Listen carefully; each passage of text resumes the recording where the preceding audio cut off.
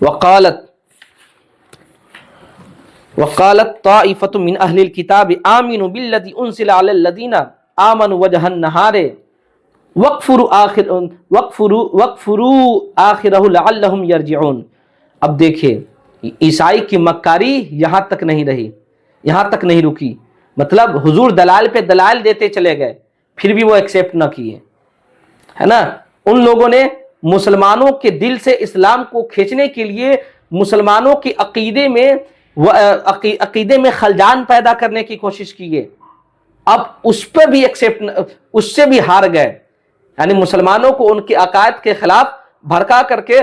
ان کے اندر سے ایمان کو کھینچنے کی کوشش کی، جب اس سے بھی ہار گئے تو اب معلوم ہے یہودیوں نے کون طریقہ اختیار کیا، اس کو دیکھیں۔ یہودیوں نے طریقہ کیا اختیار کیا؟ وَقَالَتْ طَائِفَةٌ مِّنْ أَهْلِ الْكِتَابِ آمِنُوا بِالَّذِي أُنزِلَ عَلَى الَّذِينَ آمَنُوا وَجْهَ النَّهَارِ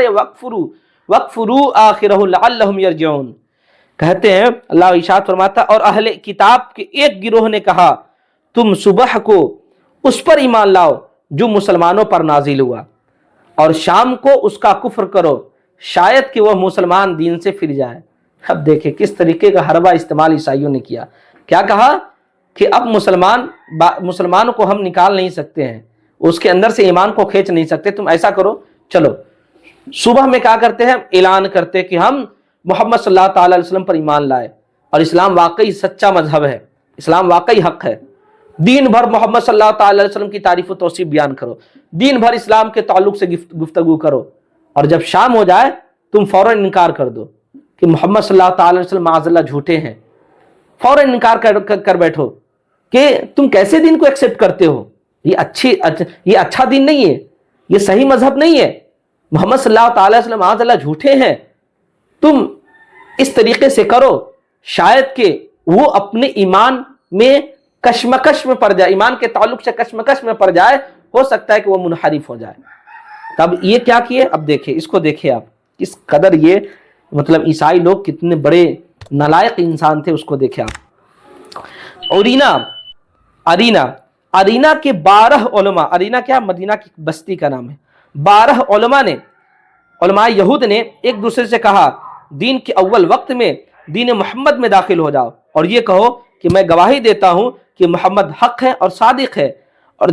جب دین کا آخری حصہ ہو جائے یعنی شام ہو جائے تو تم ان کا کفر کر دو اور بیان کرو کہ ہم اپنے علماء اور احبار کی طرف رجوع کرتے ہیں، کہ محمد، اور ہم یہ کہتے ہیں کہ معاذ اللہ محمد صلی اللہ تعالی علیہ وسلم جھوٹے ہیں، اور تم نے جس دین کو اختیار کیا ہے مسلمانوں، یہ دین بالکل غیر معتبر ہے، ہو سکتا ہے مسلمان اپنے دین سے پھر جائے، لیکن مسلمان جس کا اللہ تبارک و تعالیٰ بگاڑنا نہ چاہے تو یہ دنیا کے لوگ اس کا کیا بگاڑ سکتے ہیں، کبھی نہیں بگاڑ سکتے ہیں۔ آگے دیکھیں،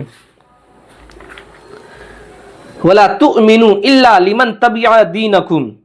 اور تم صرف اس شخص کی بات مانو جو تمہارے دین کا پیروکار ہے۔ قُلْ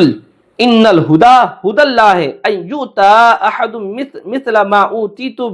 أَوْ يُحَاجُّوكُمْ عِندَ رَبِّكُمْ۔ اے محبوب آپ فرما دیجئے بے شک اصل ہدایت تو اللہ تبارک و تعالیٰ کی ہدایت ہے، اصل ہدایت اللہ تبارک و تعالیٰ کی ہدایت ہے، اور اللہ کی ہدایت کیا ہے؟ یہ ہے کہ جو کچھ تم کو دیا گیا اور اس کی مثل کسی اور کو بھی دیا جا سکتا ہے،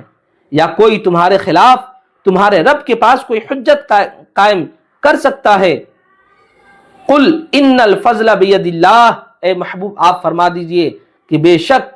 فضل تو اللہ کے قبضے میں ہے، یوتی ہے من یشاء، اور اللہ تبارک و تعالیٰ جس کو چاہتا ہے فضل عطا فرماتا ہے، واللہ واسع علیم، اور اللہ تبارک و تعالیٰ وسعت والا اور علم والا، بہت علم والا ہے۔ دیکھیں آگے دیکھیں، کیونکہ اللہ تبارک و تعالیٰ جس کے ساتھ اللہ بھلائی کا ارادہ کرے، دنیا کی پوری طاقت مل کر کے اس کا کچھ بگاڑ نہیں سکتی ہے، کیونکہ یہودی کا زوم کیا تھا، یہودیوں کا گمان تھا کہ نبی، آخری نبی جو ہوگا نا، وہ آخری نبی ہمارے دین میں ہوگا، مطلب بنو اسرائیل میں سے ہوگا، ہے نا، لیکن محمد صلی اللہ تعالی علیہ وسلم الگ تشریف لائے اور یہ اپنے آپ کو نبی ہونے کا دعویٰ کر رہے ہیں، تب یہ لوگ کیا ہو گئے، بغض اور اناد حضور صلی اللہ تعالی علیہ وسلم کے متعلق ان کے دل میں بیٹھ گئی، ٹھیک ہے، جس کی وجہ سے ان لوگوں نے ایسی باتیں کی، حالانکہ اس کو معلوم نہیں کہ اللہ تبارک و تعالی جب کچھ نہیں تھا تو اللہ تبارک و تعالیٰ کچھ پیدا کر دیا، اور اس چیز سے ایک مٹی سے اللہ تبارک و تعالیٰ جب آدم علیہ السلام کو پیدا کر سکتا ہے، جب بغیر باپ کے اللہ تبارک و تعالیٰ حضرت عیسیٰ علیہ السلام کو پیدا کر سکتا ہے، تو اللہ تبارک و تعالیٰ جسے جو چاہے فضل عطا کرنا چاہے تو بالکل وہ عطا کر سکتا ہے۔ یہ نبوت یہ صرف اور صرف بنو اسرائیل کے ساتھ خاص نہیں، بلکہ حضور صلی اللہ تعالیٰ علیہ وسلم نے آ کر کے واضح کر دیا کہ اے بنو اسرائیل، تم اپنے آپ کو گھمنڈ میں مبتلا مت رہو کہ نبیوں کا سلسلہ تو ہماری قوم میں ہے، ہماری جماعت میں ہے، بلکہ اللہ تبارک و تعالیٰ کے ہاتھ میں